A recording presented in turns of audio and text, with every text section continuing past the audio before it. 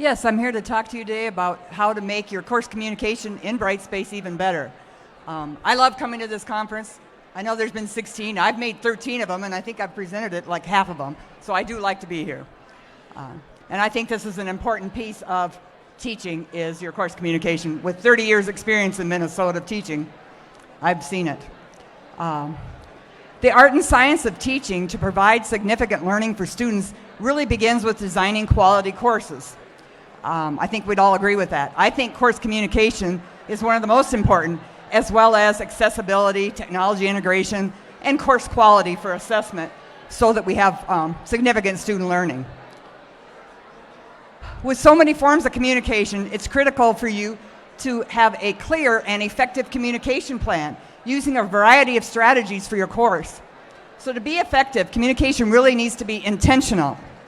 And so our idea is to come up with a communication plan and be intentional about it.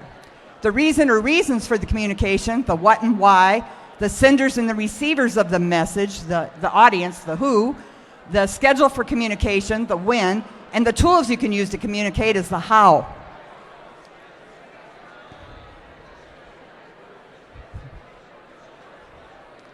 So effective course communication experiences can improve your students' abilities in many, many ways.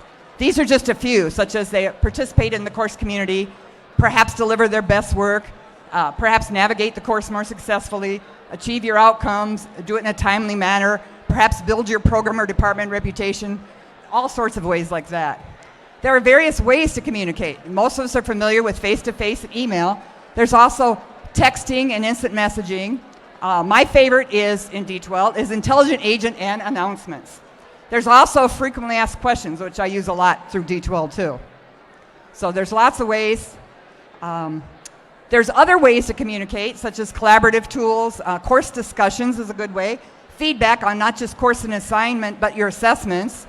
Course syllabi and introductions. You would introduce yourself and have the students introduce themselves. So lots of different ways to communicate. The main thing you want to do is consideration for the faculty is to keep the purpose of your communication in mind. Don't drift. Listen first, act second.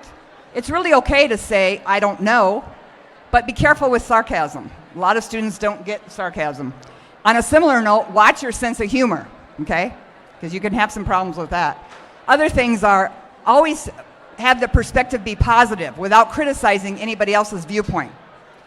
Keep your information private about yourself and people you know. Don't give names or things. Be patient with those who aren't as experienced. So these are tips that I've picked up from various resources along the way. My big thing is stressing netiquette. So make sure your students know they should identify what course they're in. They should introduce themselves. They should write in complete sentences using proper grammar and punctuation. They should write in a letter format. They should be courteous, not flame people with all caps, and try not to use emojis or acronyms. So some of the ways I do this is I do prior to the course, I communicate about all sorts of things, such as software requirements, because I'm in the IT and business area, time management, technical skills, their student email account, course syllabus. Our students are struggling the first day of class or even the first week, so anything they can have ahead of time is good. During the course, I do a welcome and give a lot of course reminders, and of course make sure they know where the syllabus and the course schedule is. So I do it before the course and at the start of the course, and the next time I do it is during the course. And during the course, I do weekly communications. I think of them as a lifeline which guides students to help complete their work. And some of the effective strategies I found are sending announcements with reminders about upcoming work, providing feedback to everything, and compliment students that turn things in early, and especially if they've done outstanding work. Doesn't take much to get a student to feel good about themselves, okay?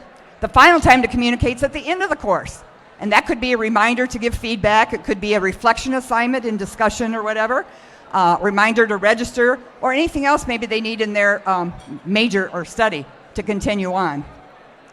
So as you can see, normally I do this in a 50-minute session, so this was a 5-minute quick overview. But we do have a Doom book coming out, and this is one of the 12 chapters in it. And if you're interested, please contact me or catch me after this. I have flyers and stuff. And this is all you need to know about designing and effective teaching for significant learning, with a foreword by world-renowned D. Fink. Thank you.